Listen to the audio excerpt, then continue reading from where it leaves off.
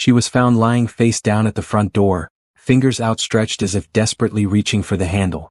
There were no signs of forced entry, no screams heard, and yet she looked like she'd been running for her life. But here's what no one could explain. When police reviewed the security footage, she never left the house. So why was she trying to get back in? The rain had just started to fall when Emily Rowe pulled into her driveway at exactly 6:12 p.m. Her movements were routine, almost robotic, unlocking her front door via the phone app, pausing briefly to check a notification, then stepping inside her neat, well-lit suburban home. She didn't know it yet, but those would be the last confirmed moments of her life. There was no sign of distress on her face, no indication that anything was wrong. Her security camera at the front porch caught every detail. Her boots slightly muddy, a reusable grocery bag slung over one shoulder, her other hand clutching a steaming cup of coffee. The camera's motion sensor triggered once she entered, and then abruptly the footage stopped. It wasn't a system failure. The smart home logs showed a manual override. Someone had turned off the interior cameras, someone with her admin access. Except she never did. Her phone history showed no such activity. Her computer, later recovered from her home office, had no trace of remote login. But at 6:14 p.m., exactly 2 minutes after entering her home, all internal surveillance shut down. To those who knew Emily, this didn't make sense. She was cautious to a fault, often teased by friends for her obsession with locks, motion detectors, and digital backups. She lived alone, didn't date much, and barely trusted food delivery services unless she could see the driver's ID through the peephole. By 6:17 p.m., Emily had sent a voice note to her childhood best friend, Carly. Her voice was low, nervous, but trying to sound calm. "Hey, did you stop by just now? I thought I heard the doorbell, but nobody's there." Carly didn't respond immediately. She was at work and didn't even check her phone until after 7. At 6:21 p.m., Emily sent another message, a text this time. "I think someone's inside." That was the last anyone ever heard from her. What followed next was nothing. Complete silence. No calls. No updates. Her digital footprint went dark as if it had been wiped clean. Her Alexa didn't register any commands. Her Wi-Fi didn't show any unusual usage. Her smart lights were turned off from the master switch, something only Emily knew how to do. Later that night, Carly tried calling. The call went straight to voicemail. Still thinking it might be nothing, she assumed Emily had gone out for a walk or to run errands. But something nagged at her. When Carly scrolled back to that last message, she noticed how off it felt.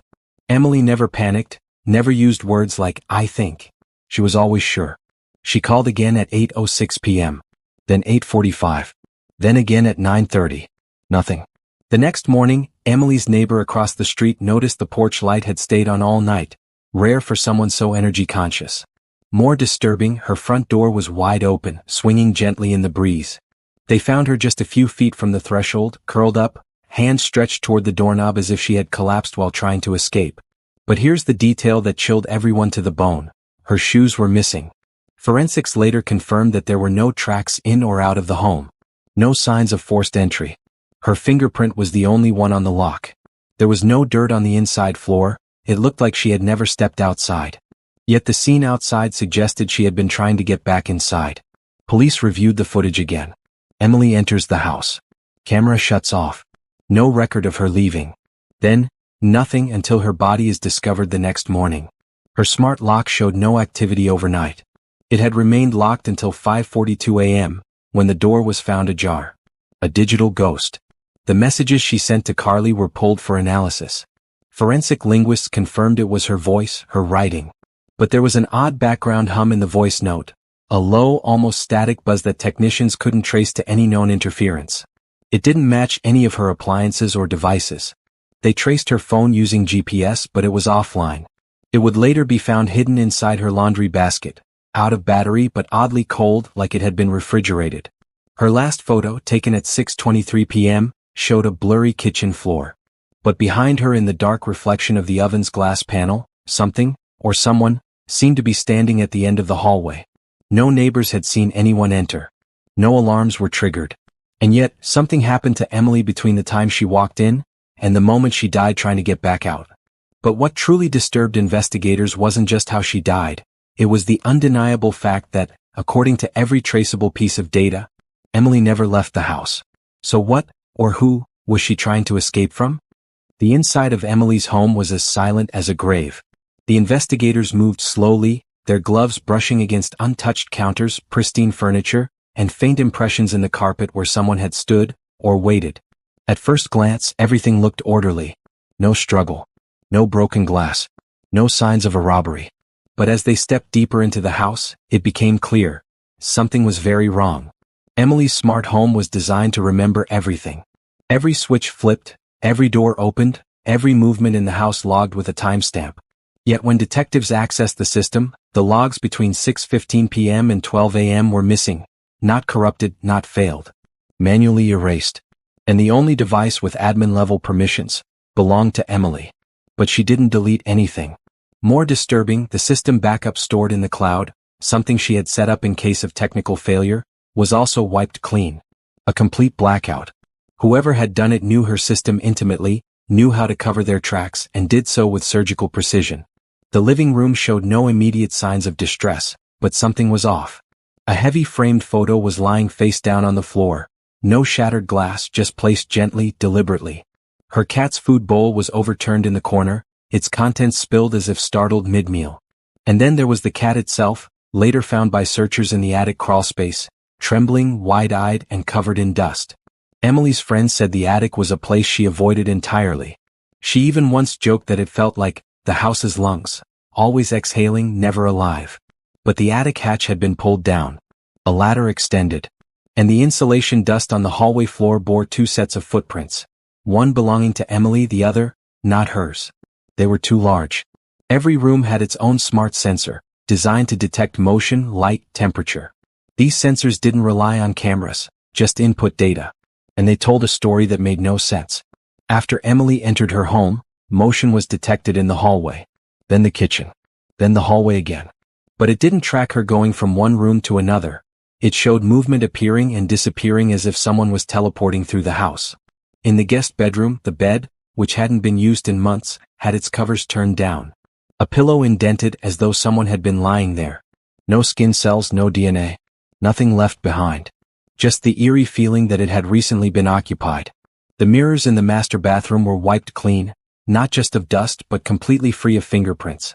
Almost like someone had deliberately scrubbed them. But the detectives noticed something strange when they looked closer.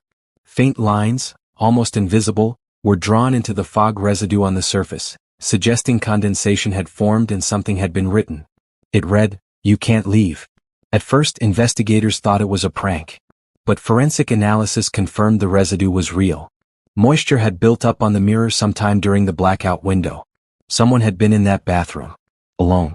With enough time to shower, breathe, and write. In the kitchen, more questions emerged. The fridge door had been opened multiple times according to the sensor logs, even though Emily hadn't cooked that evening. Her phone was eventually found in the freezer compartment. Powered down, screen cracked, battery drained. Its last activity? A burst photo taken in the living room, exactly 1 minute after her last text to Carly. The image was mostly dark, a blur of motion, but in the lower right corner was something impossible to explain. The edge of a mirror with the reflection of a shadow that didn't belong to her. Investigators were now faced with a mounting puzzle. There was no forced entry. No physical evidence of another person. No fingerprints besides Emily's. But signs of a presence, deliberate, knowing, and untraceable, were everywhere. And then came the fingerprints from the attic door. They belonged to a man named Garrett Lane, a former tenant in the house who had died 2 years ago in a fire. Officially, he was cremated. His identity long buried in case files. But somehow, impossibly, his prints were on the wooden pull cord of the attic hatch. Neighbors were questioned again. One elderly woman claimed she once saw Emily talking to someone in the backyard at night. A tall man. Long dark coat. But when she waved hello, Emily turned, alone, and smiled like nothing was strange.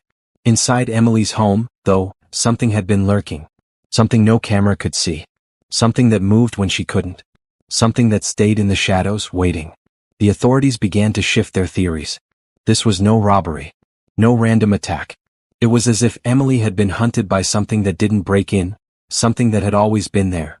And when they tried to recreate her steps from that night, walking from room to room, using the same devices, sensors, and lights, something unnerving happened. The lights in the hallway flickered. The same static buzz heard in her voice note played faintly through the speaker. And then, without warning, her smart system rebooted. The message displayed on the screen wasn't part of any default. It simply read, "She should have stayed inside." The path leading to the front door was soaked with early morning rain, yet there were no footprints. The only thing visible on the security camera that finally resumed at 5:42 a.m. was Emily's motionless body, curled awkwardly on the cold concrete, arm extended toward the door like she had died mid-crawl. Her eyes were half open, her face frozen in an expression of silent terror.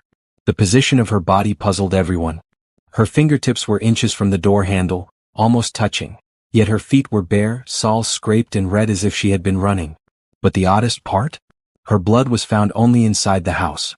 Forensics determined she hadn't fallen. She had crawled. From where, they still couldn't say. Inside the house, traces of her frantic movement were everywhere. The hallway rugs had shifted position. One flipped over as though stepped on in a hurry. A coffee mug lay shattered near the kitchen entrance. It hadn't just fallen, it had been thrown.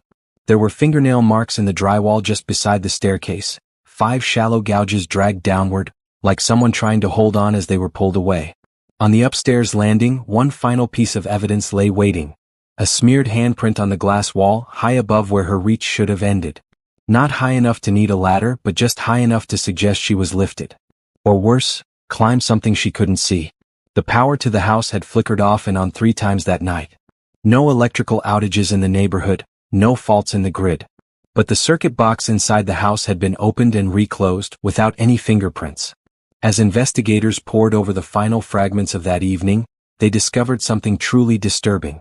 At 6:24 p.m., just 1 minute after her last text, the smart speaker in Emily's living room was activated by a custom voice command. The audio command wasn't clear, mostly static and garbled whispers, but the system recorded it. A playback revealed just 3 words, "Don't turn around." Her phone, recovered from the freezer, had one photo in its temporary cache. A low-angle shot, taken accidentally or deliberately, no one could say. The image showed the bottom half of Emily's hallway. Part of her foot, slightly blurred. But behind her, at the very end of the hallway where no motion sensors were triggered, there was a figure. A tall, indistinct shadow standing impossibly still. The digital noise in the photo resembled heat distortion. As if something inhuman had been captured on camera but couldn't hold its shape. Analysts tried enhancing it, but every pass made the figure less clear. Like it didn't want to be seen. In the bathroom, the mirror remained foggy despite the room being cold and dry. When police shined a light on the surface, the writing became visible again, "You can't leave." And beneath it, faint lines like knuckles dragging across glass, as if something had stood behind her while she read it. Emily's final steps were pieced together minute by minute. At some point, she must have realized that her escape route wasn't outside, but inside, away from something that hadn't broken in but had always been there.